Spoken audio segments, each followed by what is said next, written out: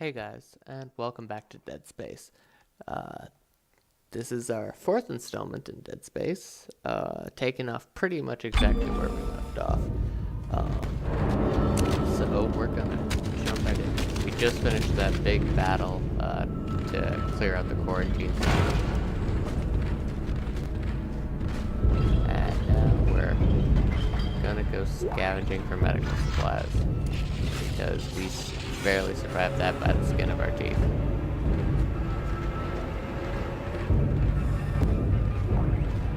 I finally convinced Jurgens to show me the video feed from the colony. And what I saw was glorious. Breathtaking. Miners undergoing a transformation into something extraordinary. I must know more. Even as the believer within me wants to become one of them, the scientist needs to uncover their secrets. I need to study one of these necromorphs, as Kyne so clinically puts it. I need to witness this infection firsthand. Perhaps that patient from the colony. Alrighty, so I believe we left off with talking about parasites, and probably one of my least favorite parasites to deal with, scabies mites. So, mites in general, like dust mites, are tiny little insects. Microscopic, almost. Just tiny little insects that feast on dead skin and sometimes living skin. But they also do all the things that you would expect a living creature to do. They excrete, they devour, they reproduce. Scabies mites in particular cause scabies, as the name would imply. Scabies is a disease that is characteristic of really bad itching, soreness, causes these horrible pus-filled sacs, or nodules if you want to call them that, as well as severe irritation and inflammation of the skin. Just absolutely agonizing, and terrifying to see, because you know that this person is definitely a host of scabies, which very easily jump from person to person, which is why hospitals take such severe precautions to decontaminate someone with scabies before they're admitted to the hospital proper. Most hospitals have what's known as a decontamination room. So those of us in the ambulance, if we go to pick up a patient and the patient has scabies, we will take them to a decontamination room after we reach the ambulance bay. So the decontamination room is sometimes in the ambulance bay. So we take the patient to the decon room, and then hospital staff, or us, we have to decontaminate the patients before they're allowed to the hospital, with the exception being a patient that is in a critical condition, obviously. If somebody's having a heart attack, then we don't have the luxury of time to sit around and decontaminate them before we take them in. It's a critical priority. But for any stable patients, they obviously go through decon. Now, let's talk about, since we've spent the last 3 episodes talking about infectious diseases, infections in general, the causes of contamination, let's talk about how to prevent it. This is scary stuff, and you obviously don't want to catch anything. And honestly, preventing infection is way easier than it sounds. Wash your hands. Make sure that if you get cut while you're out and about living your life, wash and bandage those cuts. Make sure that you clean out the bandages regularly. These things.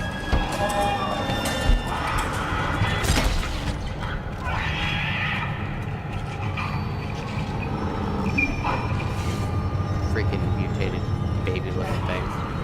Literally safe. Literally the devil.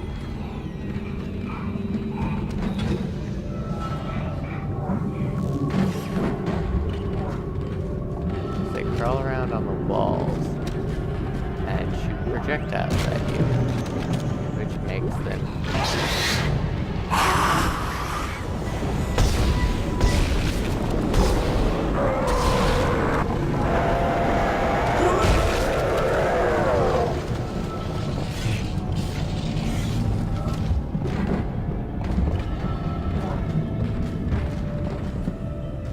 They also have a bad habit of jumping out of nowhere at you. God, I hate these things. So, prevention. Yeah, you know, wash your hands. Soap, water, this is important, you know. There's a reason that we teach this to you when you're kids. Society functions.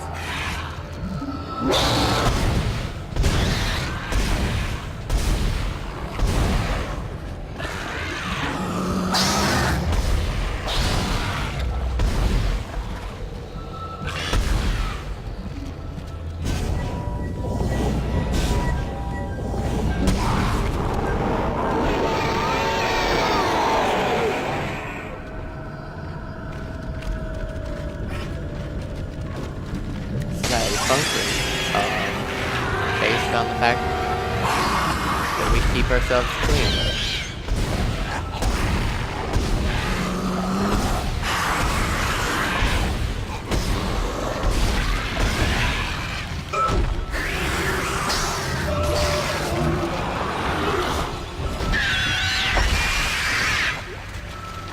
I got greedy. I went in for the kick. Should not have done that.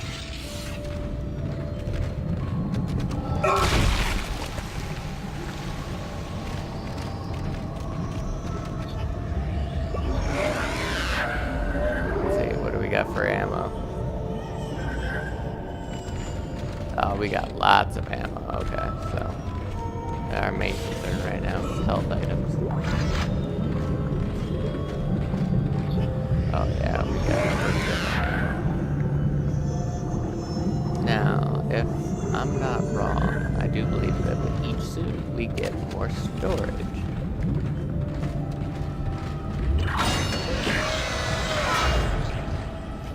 Now, yeah, so wash your hands.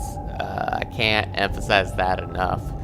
You know, the less disease you spread, the less disease that's out there to come back to you. Because even if you're sick and you spread it, it might come back to you. Because each disease migrates and mutates. So you might catch your cold only like slightly different, and your body's totally unprepared for it all over again.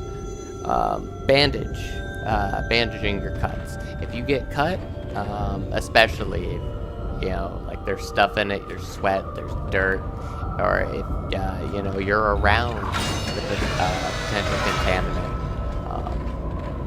you know, just anything, sick people, you know, just anything that might make you worry about an infection. Use the shock pad to ignite it. Hope I can hold this position. I can hear something big moving out there. You know, sick people, animals, you know, if you get something in it, like a chemical or food particles or dirt or, you know, all kinds of stuff, you know, wash out the cut with water.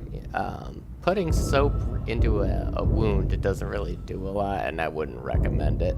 But wash it out with water and bandage it up. You know, make sure that the bandage covers the wound. Give the bandage time to heal, or I'm sorry, give the wound time to heal, and make sure that you don't pick at it while it's healing.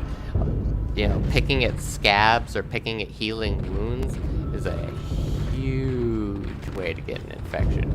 You know, not to mention it messes with your body's healing process and is more likely to leave some really nasty looking scars. Yeah, picking open scabs and stuff is awful for you. Definitely don't do that. You know, don't, and I'm guilty of this when I was a teenager, but don't pop your zits. It's so bad for you. You know, popping it with your hands is the worst thing you can do.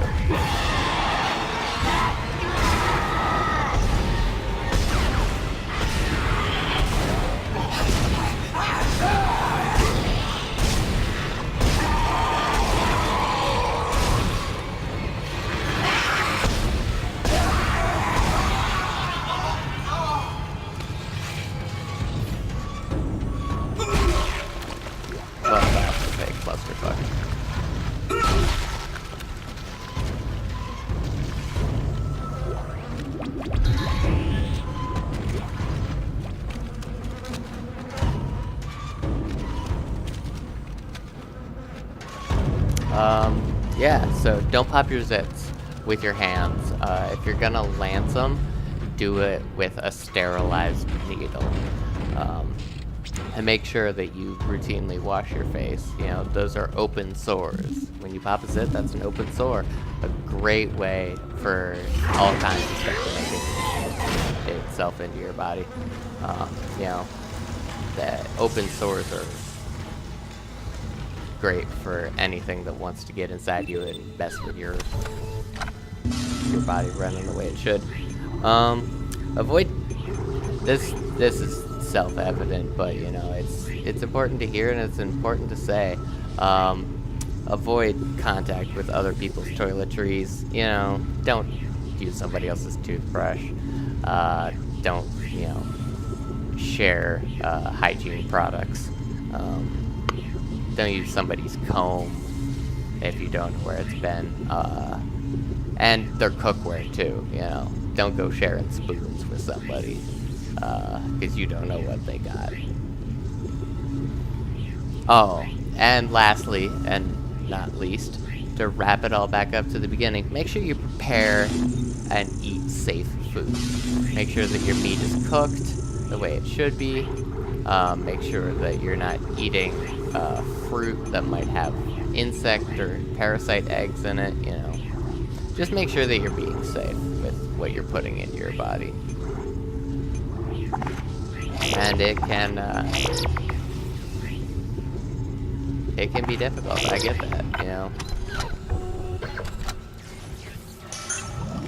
I understand, but, you know, sometimes, you know, you really want to take that chance, especially with those, you know, sometimes questionable restaurants or the food buffet that's been out a little too long, but you're really hungry. I understand that, but just know you're taking a risk. So, let's go ahead and find ourselves that shock pad. I'm gonna throw a quick save in the diddly-do before we head on to our second area of the day. Let's save spot. There we go. And the last topic on our agenda for tonight is the most dangerous infectious diseases in the United States right now. Now, I definitely know that the most deadly infectious disease in the United States at the moment is hepatitis C. And that's because Hep C is making a comeback. You know, a lot of baby boomer generations are not getting tested for Hep C, so the mortality rate is on the rise. So make sure you get yourself tested for Hep C. Make sure you get your vaccinations for your Hep C. Make sure that you're up to date on your boosters, because Hep C is a killer, and it's very real. It's out there. It's a terrible, you know, and it's so much sadder to see people dying from it because we have treatment for it, you know. There's something nuts like a 90% recession rate, you know. We have a very easy, you know, we can very easily cure this, you know, we can very easily fix this. And it's crushing to see that people still suffer from this and that people die from this. Terrible. So yeah, watch out for your Hep C, folks. If You know, you've got family members that are in that baby boomer generation. If you know people who maybe don't go to their doctor regularly, Hep C is back and it's very deadly. Make sure that they're seen. You know, it's just a tragedy to die from something that's so easily preventable.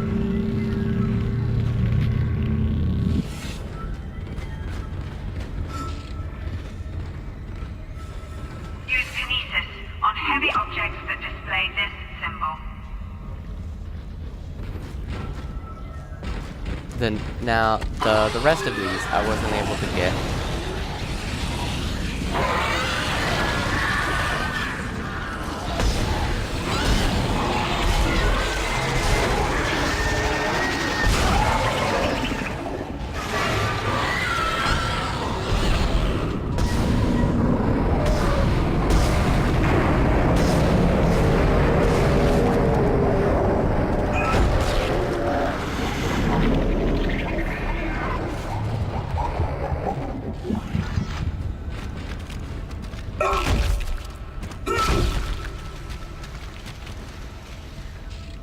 So the next ones on my list are not in any particular order.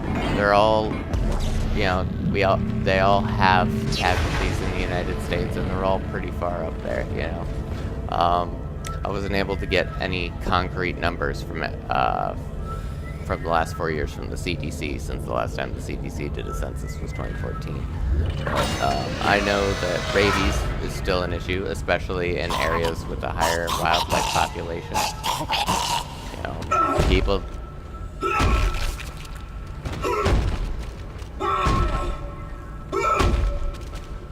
This guy, I need to break his body apart. Because I think it's this guy. He comes back later as a necromorph. At least I think it's him. But yeah, rabies. So for those of you who don't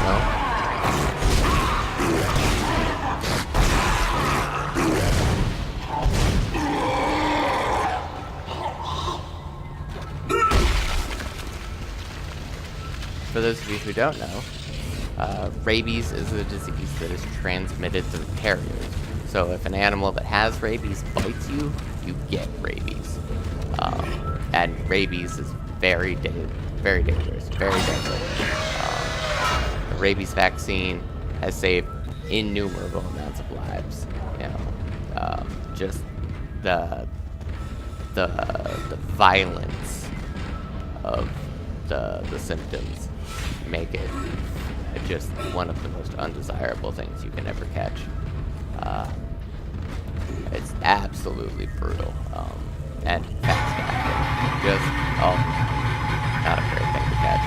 I've never seen a case of rabies, thank goodness. But it's still out there. You hear stories every now and again of somebody who got bit or who got stranded out on a hunting trip or something and was unable to make it out, or they got lost. You know, people who get stranded out in the wilderness,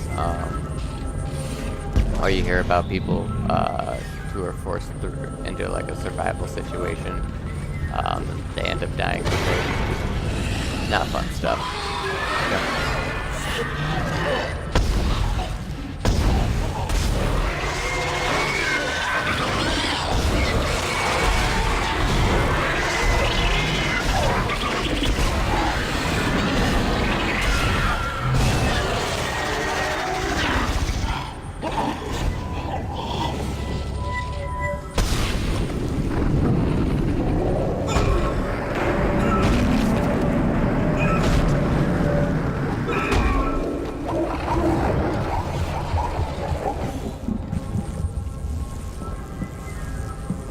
So, after rabies is HIV/AIDS. Now, there's a lot of awareness about HIV, but unfortunately, we still have no cure for HIV. So the death and mortality rate is still up there. Yeah. HIV gets spread. People who don't think they have HIV or people who don't check for HIV spread the disease to their partners.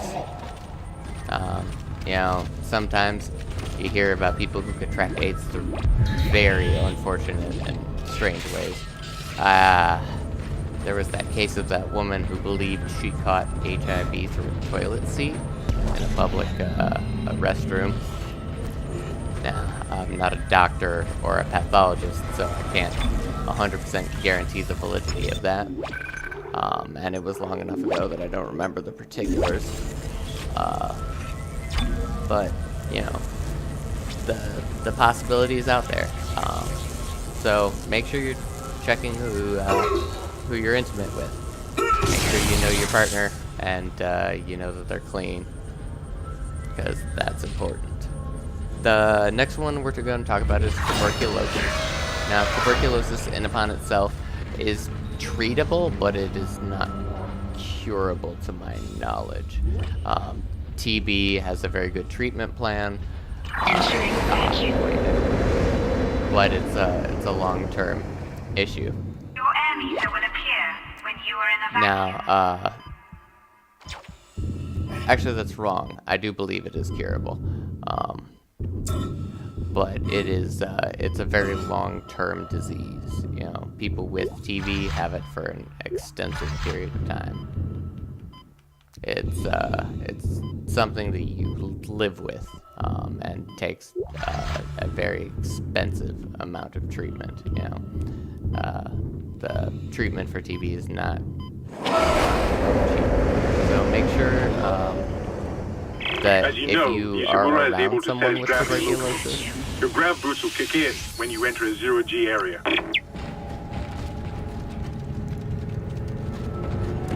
so if you're around someone with tuberculosis, make sure you wear a mask. Whether it's family, friends, or patients, if you were to have it. The last dangerous disease on our list is influenza, which has a mortality rate in the United States. I think it's still 1.6% of all deaths in the United States are attributed to influenza, which is, you know, influenza is one of those things that I think mankind will fight until the end. You know, it is a disease that's been around forever, and it will probably be around forever. You know, so get your flu shots. I know that there's a lot of debate about whether people should or should not get their flu shots. I've always done it, you know, and with full disclosure, the flu shots can only have a certain percentage of effectiveness. A flu shot is basically what the medical professionals think is going to be the strain of flu that year. So, you know, they may work, it may not, but why take a chance? It's not that expensive, and unless you're one of the small percent who gets sick from the flu shot, like very sick, there's no reason, I think, not to get it. So, but that's my opinion, and, you know, America is great because people have different opinions. So let me know yours down in the comments below. I think we're going to call it a session for here tonight, and we will pick back up whenever I get back into recording again, hopefully soon. So thank you all for watching, and I hope you have a good day. What can I do to make you think